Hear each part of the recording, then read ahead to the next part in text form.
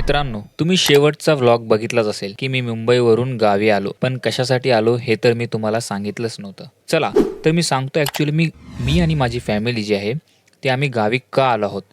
Actually आम्ही गावाला आलो आहोत आमच्या सप्त्याला, जो की वारकरी संप्रदायाचा दरवर्षी नेहमीप्रमाणे जो सप्ताह होतो, त्यासाठी आम्ही आलेलो आहोत आमच्या गावी. आणि हा जो सप्ताह आहे, तो संपूर्णपणे वारकरी संप्रदायाचा सप्ताह असतो.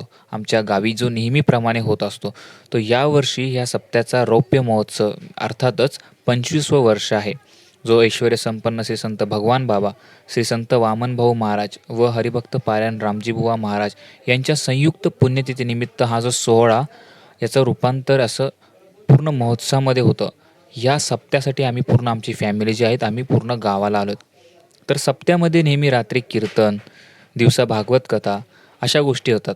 तर याच्यामध्ये या सगळ्यांचा आस्वाद व आणि मनसोक्तपणे आनंद जीवन जगण्यासाठी आम्ही थोडे दिवस आमच्या गावी आलो आहोत. आणि अशी सप्ते महाराष्ट्रातील प्रत्येक कानाकोपऱ्यात, प्रत्येक गावात आपापल्या संतांच्या पुण्यतिथीनिमित्त नक्कीच होत असतात. तर मला ह्या व्लॉगच्या माध्यमातून मला आपल्या महाराष्ट्राची संस्कृती, माझ्या गावातील संस्कृती काय आहे ती थोडं दाखवण्याचा मी प्रयत्न केला. तर 3/2/2024 या दिवशी सप्त्याची सांगता आहे आणि सकाळी सकाळी मी लवकर उठून कुर्ता वगैरे घालून निघतो गावात.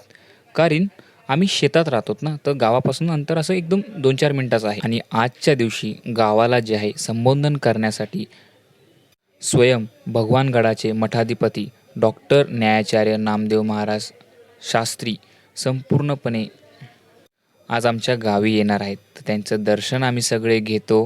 पूर्णपणे पाया वगैरे पडतो. संपूर्ण गाव एका शिस्तबद्ध पद्धतीने पाया पडतं. महिला मंडळ, सगळे पुरुष मंडळी त्यांचे 2 शब्द वगैरे ऐकतात. आणि ह्या क्षणाचा आनंद घेण्यासाठी आणि एक अविस्मरणीय क्षण बनवण्यासाठी मी आणि माझ्या पप्पांनी गळ्यात माळ धारण केली, जी पवित्र तुळशीची माळ. हवं तर तशी मी माळ लहानपणीच घातली होती, पण शास्त्रीजींच्या हस्ते गळ्यात तुळशीची पवित्र माळ धारण करणं असा क्षण मला कधी परत भेटणार नाही, त्याच्यामुळे मी तो अनुभवला. त्यानंतर सप्त्याच्या सांगत्याच्या दिवस असल्याने गावात एक अशी पारंपरिक अशी दिंडी निघते, ज्या दिंडीमध्ये महिला व पुरुष मंडळ असतात. महिला ज्या आहेत डोक्यावरती तुळशी वृंदावनं जे असतात, तुळशी घेऊन पूर्ण गावामध्ये परिक्रमा करत असतात. त्याचबरोबर पुरुष मंडळी देखील टाळ, विणा, ज्ञानेश्वरी घेऊन या सगळ्या गोष्टी घेऊन पूर्णपणे परिक्रमा करत असतात संपूर्ण गावाची.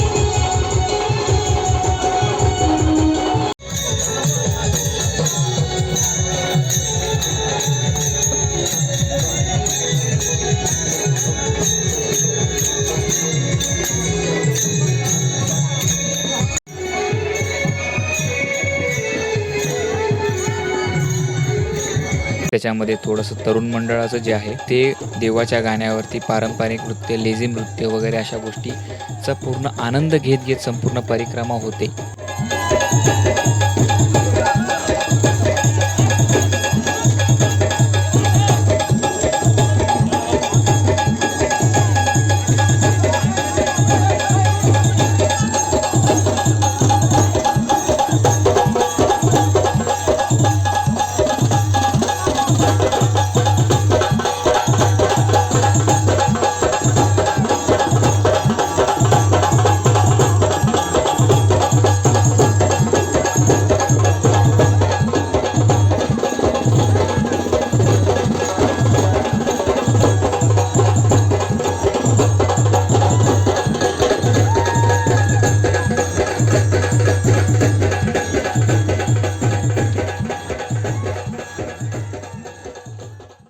या सगळ्या सर्वानंतर काल्याच्या कीर्तनास सुरुवात झाली.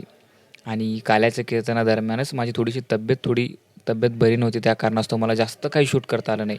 पण याच्या अगोदरच्या वेळी जे 2 ते 3 वर्षापूर्वी देखील मी सप्त्याचं शूट केलेलं आहे, 2 वर्षापूर्वी.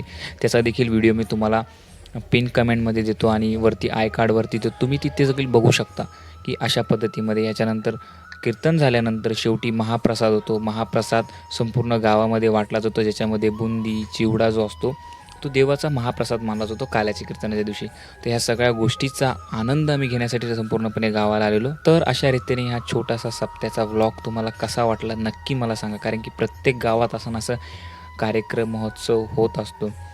कारण की ह्या सप्त्यानिमित्त संपूर्ण गाव एकत्र येतो.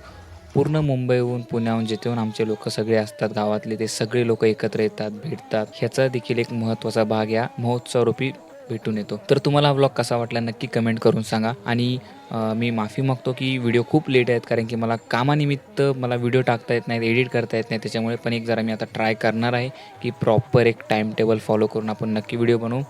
तर आय होप तुम्हाला व्हिडिओ आवडला असेल. जर माझ्याकडून काही चुकी वगैरे झाली असेल तर मला क्षमा करा. भेटूया आपण पुढच्या व्लॉगमध्ये. तोपर्यंत करा like, share and subscribe. Bye bye.